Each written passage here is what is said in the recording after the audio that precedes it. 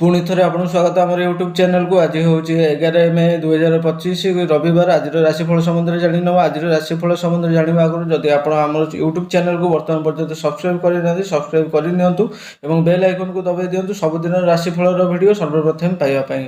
तेज चलतु आज देखा प्रथम राशि। आज दिन प्रथम राशि हूँ मेष राशि। मेष राशि व्यक्तिशेष मैंने आज आप निज चारिपाखे लोक सहित कथबार्ता और संपर्क स्थापना कर व्यस्त रे। आप कौन परिस्थिति व्यक्ति सहित साक्षात होबार संभावना अच्छी। प्रेमिक मानक हृदयस्पर्शी वार्ता बांटा और से भावना प्रकाश करने एक भल दिन। मोटामोटी भाव में यह आपण एक शुभ दिन। स्वास्थ्य और धन संबंधी विषय गुड़िक आज आप सपक्ष थी मन होपण आज शुभ रंग कला रंग। आपण शुभ संख्या 1। परवर्ती राशि हूँ वृष राशि। वृष राशि व्यक्तिशेष मैंने आज आपंकर जीभ उपर नियंत्रण रखापी परामर्श दि जाइए। अपमानजनक शब्द उच्चारण कर बंचु कारण यह संपर्कर भूल बुझाणा सृष्टि करें।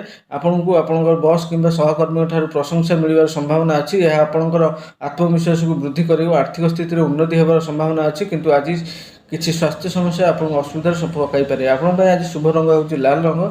आपण शुभ संख्या हूँ 22। परवर्ती राशि देखिए मिथुन राशि। मिथुन राशि व्यक्तिशेष मैंने आपंक प्रेम जीवन में उन्नति होबार संभावना अच्छी। आप आज किसी सामाजिक कार्य निजक नियोजित कर रखिपारती। आपंकर चुंबकीय व्यक्तित्व आपण आड़क लोक आकर्षित कर संभावना अच्छी। आपण दैनंदिन जीवनचर्या किसी परिवर्तन आसबार संभावना अच्छी। आपणकर व्यस्तबहुल दिनचर्या शारीरिक कार्यकलाप को सामिल करें। व्यवसाय आप अधिक लाभ मिलवार संभावना अच्छी। आपण शुभ रंग हूँ लभेंडर रंग। आपण शुभ संख्या हूँ 8। परवर्ती राशि देखिए कर्कट राशि। कर्कट राशि व्यक्तिशेष मैंने आज एपरी एक स्थान को यात्रा योजना करें जो आपंकर सांत्वना पाइपर। आपण चारिपाखे प्राकृतिक सौंदर्य आकर्षित होते और प्रकृतिर आश्चर्य को आदर करुवर देखिए। आज कागज पत्र प्रति सतर्क रुहते। आज पिला किसी स्वास्थ्य समस्यार सम्मुखीन होगा पड़पे। आपको आज व्यक्तिगत और वृत्तिगत समस्या क्षमता भय उभय किसी कठिन निष्पत्ति नेबाक पड़पे। तेणु गुरुत्वपूर्ण निष्पत्ति नेबाई यथेष्ट बुद्धिमान हूँ। आपण आज शुभ रंग हूँ बादामी रंग। आपण शुभ संख्या हूँ 4। परवर्ती राशि देखिए सिंह राशि। सिंह राशि व्यक्तिशेष मैंने आपंक चारिपाखे लोक मानक आज आपंकर मनोभाव परिवर्तन सम्मुखीन होगा पड़पे। जदि संध्या सुधा परिस्थिति उन्नति हो आपण बॉस ठारू किसी भल खबर मिलवार संभावना अच्छी जहाँ आपको भविष्य आर्थिक भाव में वृद्धि कर साहाय्य कर। आज आपको किसी स्वास्थ्य समस्या सम्मुखीन होगा पड़पे। दंपति मैंने परस्पर निकटतर हो पारती। आपण आज शुभ रंग हूँ गोलापी रंग। आपण शुभ संख्या हूँ 25। परवर्ती राशि देखिए कन्या राशि। कन्या राशि व्यक्तिशेष मैंने आपण आगक एक सुखद दिन आज आपंकर परिवार सहित किसी गुणात्मक समय बिताइबे। किसी सुजोग आपण पाखक आसको हासिल करने एक भल समय।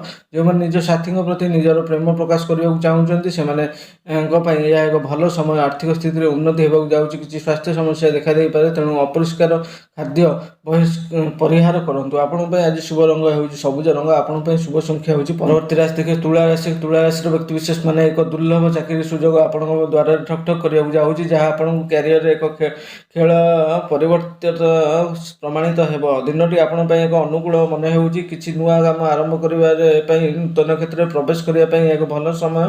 कारण फलाफल आप सपक्ष होबार संभावना अधिक। आर्थिक स्थिति में उन्नति होबार संभावना अच्छी। जो स्वास्थ्य दृष्टि किसी समस्या आप असुविधा पकई पारे। आपण शुभ रंग हूँ धूसर रंग। आपण शुभ संख्या हूँ 6। परवर्ती राशि देखिए बिछा राशि। बिछा राशि व्यक्तिशेष मैंने आज आप बहुत काम व्यस्त रे। फोन कॉल मध्यम आपको किसी भल खबर मिलवार संभावना अच्छी। एक नूतन प्रकल्प टंका आसबार संभावना अच्छी। स्वास्थ्य दृष्टि परिस्थिति उन्नति हो। आपण जीभ उपर नियंत्रण रखु कारण आपण प्रियजन को किसी तिक्त कहबार संभावना अच्छी जहाँ को भविष्य अनुताप करेंगे। आपण आज शुभ रंग सुनेली रंग। आपण शुभ संख्या हूँ 21।